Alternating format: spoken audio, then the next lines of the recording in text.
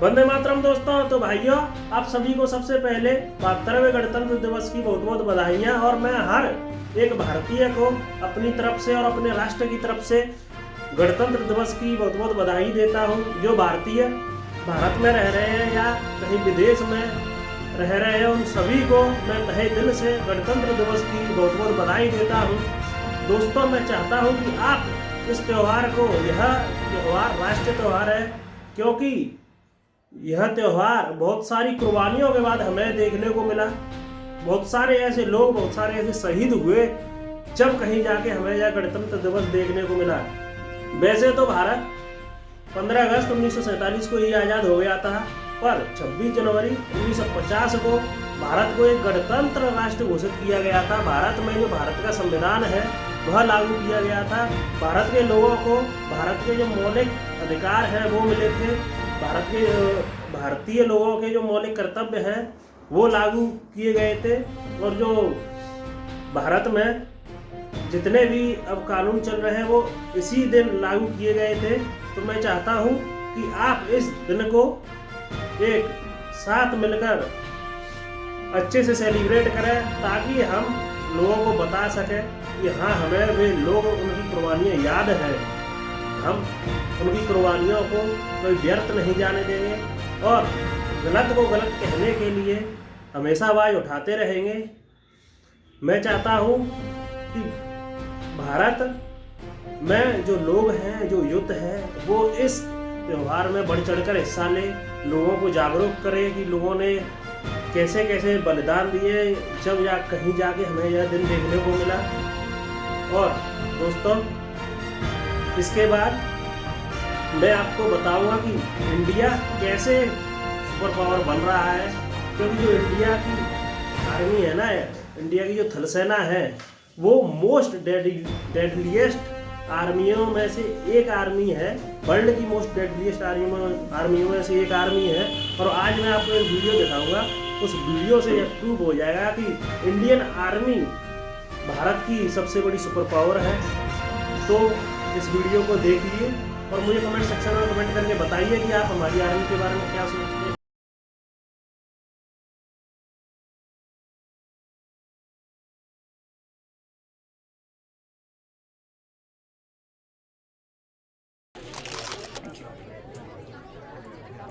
यामी जी, क्या आपको पता भी है सर्जिकल स्ट्राइक होता क्या है?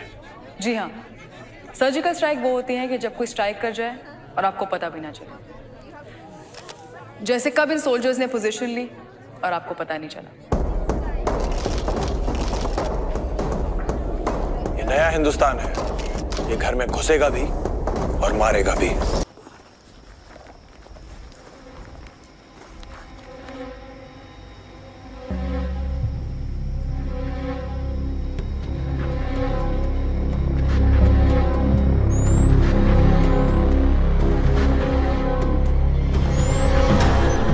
नया हिंदुस्तान है। ये हिंदुस्तान घर में घुसेगा भी और मारेगा भी।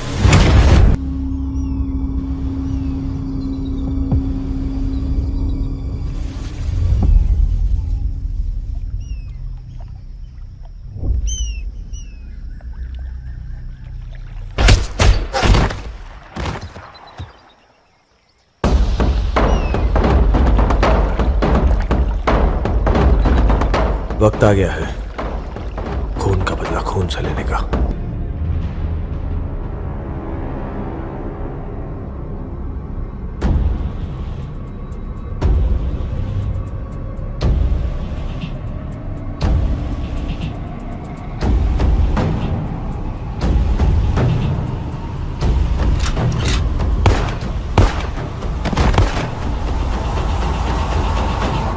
तुम्हें कश्मीर चाहिए और हमें तुम्हारा sir.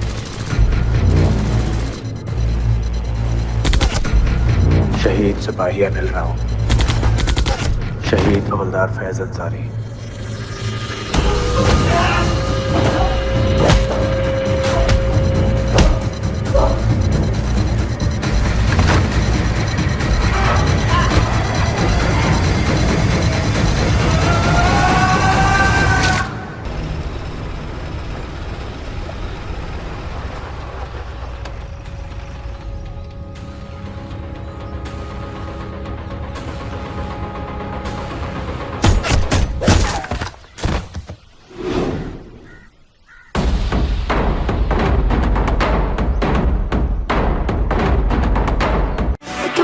if I get away. दोस्तों, आपने यह वीडियो देखी जो हमारे इंडियन आर्मी की थी।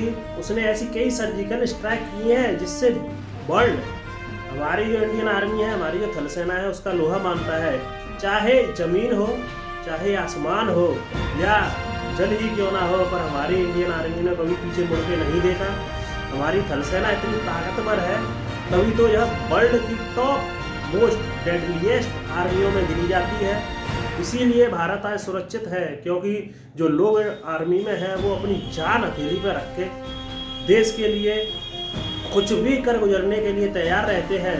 चाहे वे आसमान में ही क्यों ना हो, चाहे दुश्मन थल पे क्यों ना हो, चाहे दुश्मन जल में क्यों ना हो, वे हमेशा तैयार रहते हैं भारत के लिए अपना 100% देने के लिए। मैं चाहता हूँ कि आप मुझे बताएं कमेंट करके कि आप इसके बारे में क्या सोचते हैं, अपने देश के बारे में क्या सोचते हैं, आर्मी के बारे में आपके क्या ख्यालात हैं। और भारत की इंडियन आर्मी एक ऐसी आर्मी है, चाहे वह शेर की तरह धाड़ कर दुश्मन को मारे, चाहे चीते की तरह घात लगाकर दुश्मन को मारे, या हाथी की तरह रौंद कर दुश्मन को मारे, वह तीनों ही कामों में सक्षम है। उसमें शेर जैसी दहाड़ है, चीते जैसी फुर्ती है और हाथी जैसा बल है। मैं चाहता हूँ कि आप इस वीडियो को इतना शेयर करें कि लोगों को पता चल सके कि हमारी आर्मी कैसी है। और हाँ, कमेंट सेक्शन में कमेंट करना ना भूलें और मुझे बताएं कि आप इसके बारे में क्या सोचते हैं, आपको ये वीडियो कैसी लगी। मिलते हैं अगली वीडियो में। Till then stay happy, stay healthy. जय हिंद, जय भारत।